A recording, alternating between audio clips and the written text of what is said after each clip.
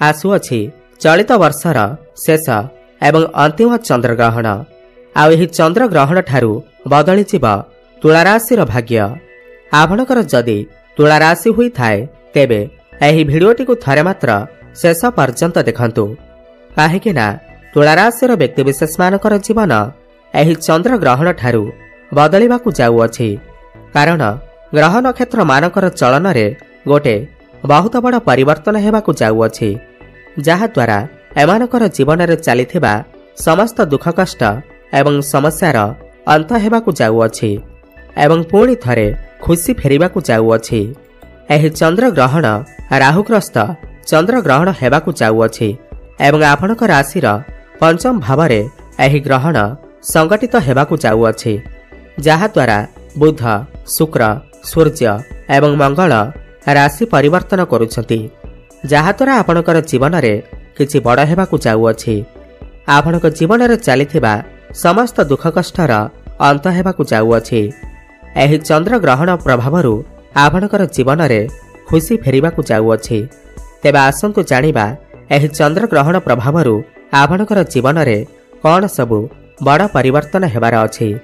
एहा पूर्वरु जदि आपणकर भी तुलाराशि होई थाए एवं आपण भी ईश्वरंकु सच्चा हृदय रे भक्ति करुथांती, विश्वास करुथांती, तेबे एही भिडियोटी को लाइक करी कमेंट बॉक्स रे जय जगन्नाथ, हर हर महादेव अवश्य लिखि दियंतु। देखंतु पूर्वरु मंगल आपणकर द्वादश भावरे थिबारु, शुक्र आपणकर षष्ठ रे थिबारु आपणकर टिके स्वास्थ्य खराब रहुथिला, धन जनित समस्या देखा देउथिला। आपण ऋण नहीं थिले किंतु ऋण सुझी पारु नथिले। आपण जो भी कार्य हाथ देउथिले सेथिरे आपणकु सफलता मिली पारु नथिला। ऋणर भार आपणकर ऊपर बढ़ी जाइथिला। गृह परिवार रे खुशीर वातावरण नथिला। शिक्षा क्षेत्र रे समस्या देखा देउथिला। आपणकर अननेसेसरी खर्च हेउथिला। समाज रे आपणकर मान सम्मान नथिला। आपणकु चाकरीटिए प्राप्ति होई पारु नथिला। संतान संतति पाई आपण चिंतित थिले। आपणकर व्यापार वाणिज्य रे लॉस हेउथिला। खास करी आपणकर प्रेम जीवन रे मध्य समस्या देखा देउथिला। तेबे एही भली जहा भी समस्या आपणकर जीवन रे चालुथिला ताहा हेबे दूर हेबाकु जाउअछि। एही ग्रहणर प्रभावरु आपणकर जीवन रे पुणी थरे खुशी फेरिबाकु जाउअछि। आपणकर जीवन रे नूतन सूर्य उदय हेबाकु जाउअछि। देखंतु एही ग्रहण आपणकर पंचम भावरे माने त्रिकोण रे संगठित हेबाकु जाउअछि। आपणकर पंचम भावरे राहु विराजमान अछंती। तो प्रेम जीवन रे पूर्वरु जदि किछि समस्या चलिथिला, आपणकर कथावार्ता बंद होई जाइथिला, ब्रेकअप होई जाइथिला, सेमानकर पुणी थरे कथावार्ता आरंभ होई पारे। प्याचअप हेबार मध्य संभावना बनुअछि एवं जो माने भी सिंगल अछंती सेमानकु आकस्मिक भावरे नूतन पार्टनर मध्य मिली पारंती। पंचम भाव त्रिकोणर भाव मध्य होई थाए। जो माने पूर्वरु आपणकु सम्मान देउनथिले, अणदेखा करुथिले, वर्तमान सेही लोक माने आपणक आडक आकर्षित हेबे, आपणकु सम्मान करिवे। जो पिला मानकर विवाह बयस होई जाइछि सेमानकर घरकु विवाह प्रस्ताव मान आसी पारे एवं विवाह फाइनाल मध्य होई पारे। आपणकर भल पाइबा विवाहर रूप मध्य नेई पारे। पंचम भाव आपणकर शिक्षा क्षेत्रर भाव मध्य होई थाए। तो शिक्षा क्षेत्र रे आपण बहुत बड़ उन्नति करबाकु जाउछंती। एही ग्रहण ठारू आपण किछि उच्च शिक्षा करिबा पई बाहर को जाई पारंती। एही चंद्र ग्रहण परे जदि आपणकर किछि एग्जाम अछि तेबे सेथिरे आपण निश्चिंत भावरे उत्तीर्ण करिवे। कॉम्पिटिटिव एग्जाम, प्रतियोगितामूलक परीक्षा, सरकारी परीक्षा रे आपणकु आकस्मिक भावरे सफलता प्राप्ति हेबा। पाठपढ़ार आपण किछि बड़ डिसिजन नहीं पारंती, बड़ परिवर्तन करि पारंती। आपणकर मन पाठपढ़ार लागिबा। गुरु आपणकर भाग्यस्थान रे बसी आपणकर पंचम भाव को मत देखुछंती। तो प्रेम जीवन एवं शिक्षा क्षेत्र रे आपणको बहुत बड़ सफलता प्राप्ति हेबा। गुरु भाग्य भाव रे बसी पुनर्वसु नक्षत्र रे चलन करुछंती। तो आपणकर भाग्य मजबूत हेबा। एही ग्रहण परे आपण निजे देखिबे भाग्य बल रे आपणको समस्त क्षेत्र रे सफलता प्राप्ति हेबा। आपणकर अटकी रहिथिबा समस्त कार्य पुणी थरे चालू हेबाकु लागिबा। भाग्य बल रे आपण किछि बड़ कार्यर आरंभ करि पारंती।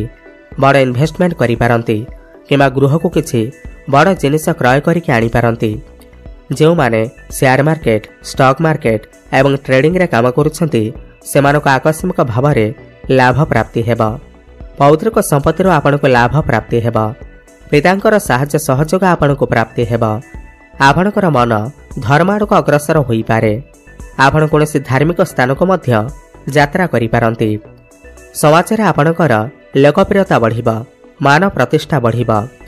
शुक्र आपणकर जे कि लग्नर अधिपति अटंती से आपणकर दशम भाव चलन करुछंती तो कर्मक्षेत्र में आपनको बहुत बड़ सफलता प्राप्ति हेबा। जो माने पूर्व चाकरी करुछंती तो सेमानकर प्रमोशन हेबार मध्य जोग बनुअछि। कौनसी एमएनसी कंपनी जॉब ऑफर मत आसी पारे। आपण आपणकर काम कार्य को नहीं विदेश यात्रा मध्य करि पारंती। आपण निज तरीका काम करने को पसंद करिवे। आपणक पाखकु नुआ नुआ काम आसी पारे एवं समस्त टार्गेट को अचीव करिबारे आपण सफलता हासिल करिवे। जो माने बेरोजगारी अछंती, जो मानक पाखरे कोनोसी भी चाकरी बाकरी नाही तो सेमानकु नूतन चाकरी मध्य प्राप्ति हेबा। आपणकर प्रमोशन हेबा सहित बड़ आर्थिक लाभ हेबार मध्य संभावना बनुअछि। देखंतु मंगल जे कि आपणकर व्यापार भावर अधिपति, पब्लिक कंट्राक्टर अधिपति, वैवाहिक जीवनर अधिपति मंगल आपणकर लग्न को चलन करुछंती। एही ग्रहण परे जो व्यक्तिविशेष माने व्यापार वाणिज्य करुछंती सेमानको अधिक सफलता प्राप्ति हेबा। आपण किछि नूतन व्यापार मध्य आरंभ करि पारंती।